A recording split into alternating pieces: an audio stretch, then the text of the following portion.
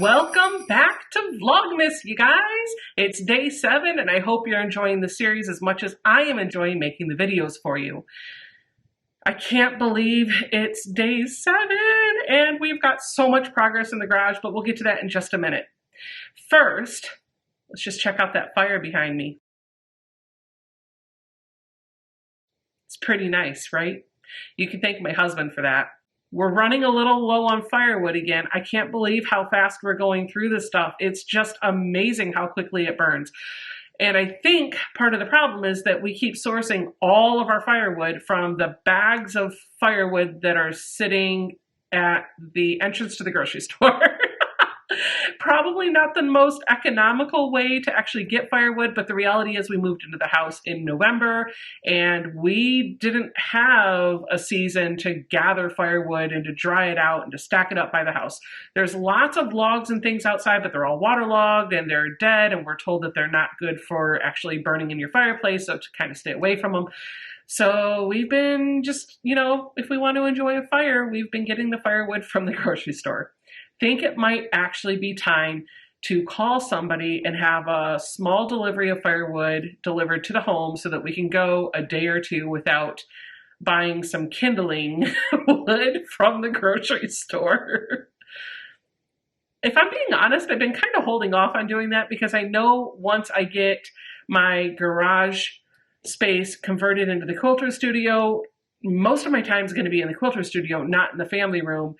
And building the fires is going to be a little bit more infrequent, though if I'm being honest, I'm still going to enjoy sitting in this room in a comfy chair with a good book and a hot coffee or tea, staring at that bad boy. So the Quilter studio, oh my goodness, the progress. We didn't see a lot of progress last week, which is when the project actually kicked off. And that's for a couple of reasons. Reason number one is on day 1, when we were supposed to actually start, the guy that was coming out to the site to do demo, he got into an accident, and so he needed the day off. Totally understandable. And reason number 2 is because something came up with the electrician. He was supposed to be out here last week, but for whatever reason, he wasn't able to make it. I'm still kind of fuzzy on the details, but Mary's been running point as project manager on this, and she took care of all the logistics, got everything rescheduled, and now this week, all the work that was supposed to happen last week is happening this week, plus whatever was on schedule for this week. At least that's what I think is happening. Last night at about 8:30 p.m., I got a text from Mary that said the crew was going to be arriving on site between 7:30 and 8:30, and I should expect that they were going to, this week, put up the wall for the door, start working on the flooring, and start working on the electrical. So super excited, lots of progress that we should be able to see, because now that the demo's done, we should see things starting to get built back up. I did not expect that when I left my house at 7:20 this morning, the guys were already starting to show up on site. I figured when she said they would be here between 7:30 and 8:30, they'd be pulling up the drive about 8 o'clock.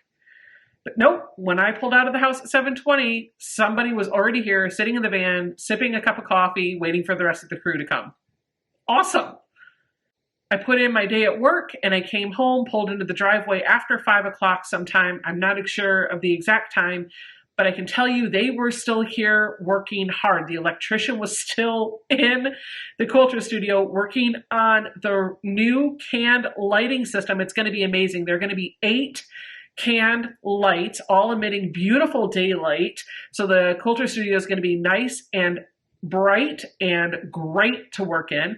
And he's actually installing another outlet to put this beautiful chandelier that we have in our breakfast nook into the Quilter studio, which is going to give it this really feminine touch. I'm super excited about that too.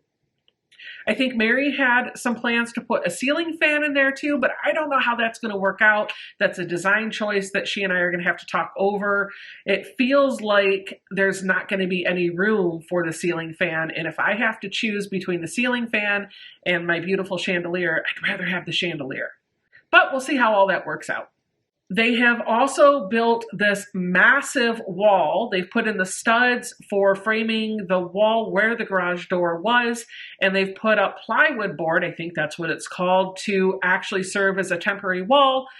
That's going to be there, I don't know how long, but that whole wall is going to be nothing but windows. So as you're looking at the wall from the inside, on the left side is going to be a beautiful door made out of glass, so your view is not obstructed. And then you're going to have 3 6-foot double hung windows next to each other, evenly spaced out, with just a little bit of wall in between each one.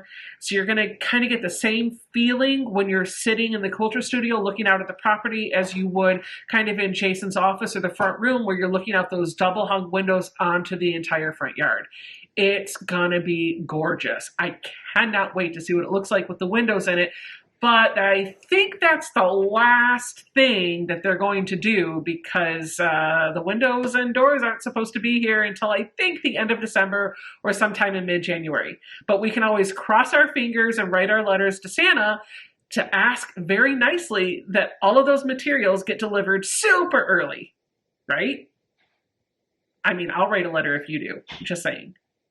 I am so impressed with the progress that I saw today, and I am even more impressed with how long of a day the crew put in, because I know they were here before 7:30 in the morning, and they did not pull out until 7 p.m. Monday night.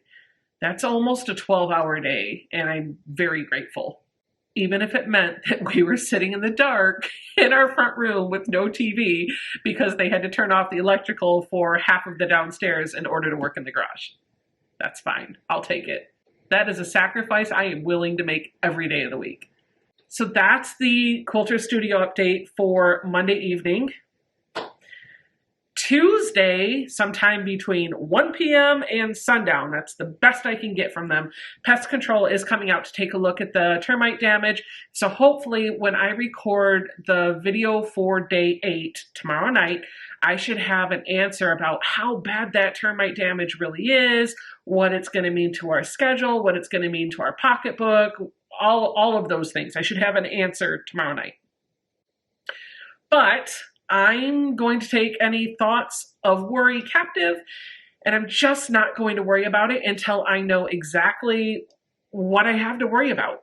I've got my packages in front of me for the Advent calendars, and I'm ready to dive in and see what we got both from Cotton Cuts and Missouri Star. These are small, light packages, and after the past couple days in this Advent series, I'm not expecting an over-the-top gift from either of these lovely brown bags, but you know, I wasn't expecting great gifts yesterday, and I feel like we got great gifts even yesterday.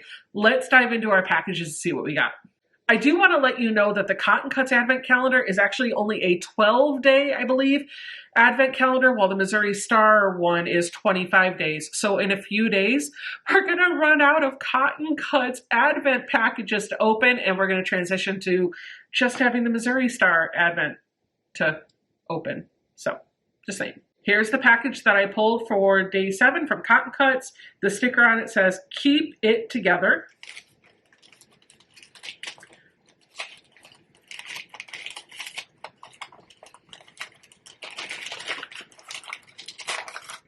Oh, wow!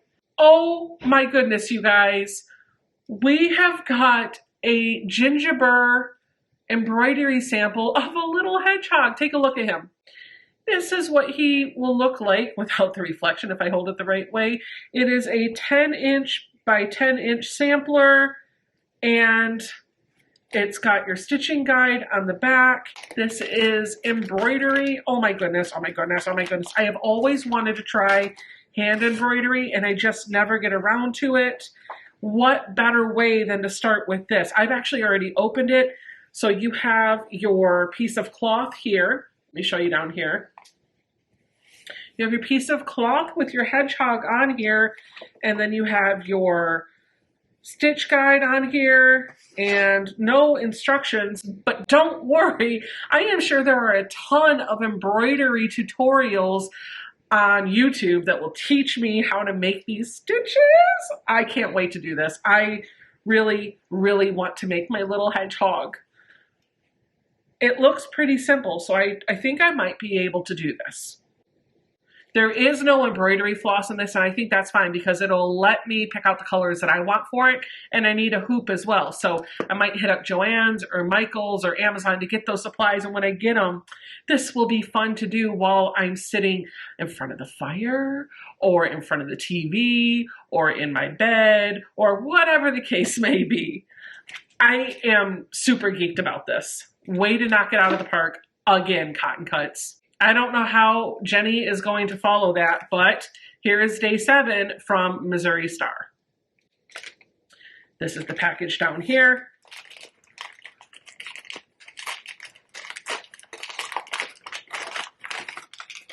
Okay, you have a package of fabric markers. Cotton Cuts wins this round. I'm sorry, but it does.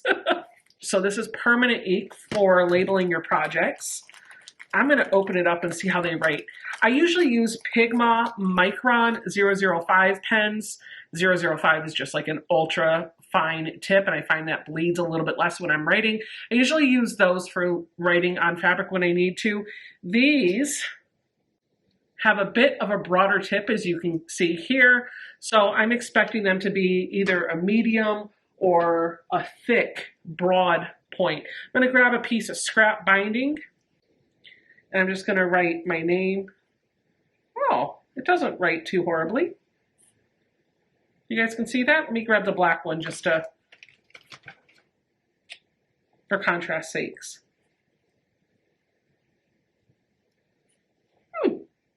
Not bad. I think I would use these and I would recommend them. They are fine tip fabric markers. I'll show you right here. You can kind of see that they have the Missouri Star logo on them, so I am sure you can pick them up from Missouri Star. Fine tip fabric markers from Missouri Star, one in really pretty blue and one in black. Probably would use the black more than the blue. Hey, Becca from the future here. I'm just going to jump in really quick. I was getting up to throw my things away and clean up my work surface, and there's actually something else down in this bag, so I want to show you what else we got. We have a package of quilt labels here. Taking it out of the bag, there are 2 nice size quilt labels, and the blue actually corresponds with this label, and you could use the black on either one, but I feel like you could use the blue in either one too, because the color blue that they have in the label actually matches this color. So I just wanted you to be aware that the day 7 gift from Missouri Star is 2 fabric pens plus 2 fabric labels. These are woven labels. They do not feel like they are fusible. So you'll want to, you know, hem the ends and then maybe hand sew it into your quilter, machine sew it. There's no rules. You do you.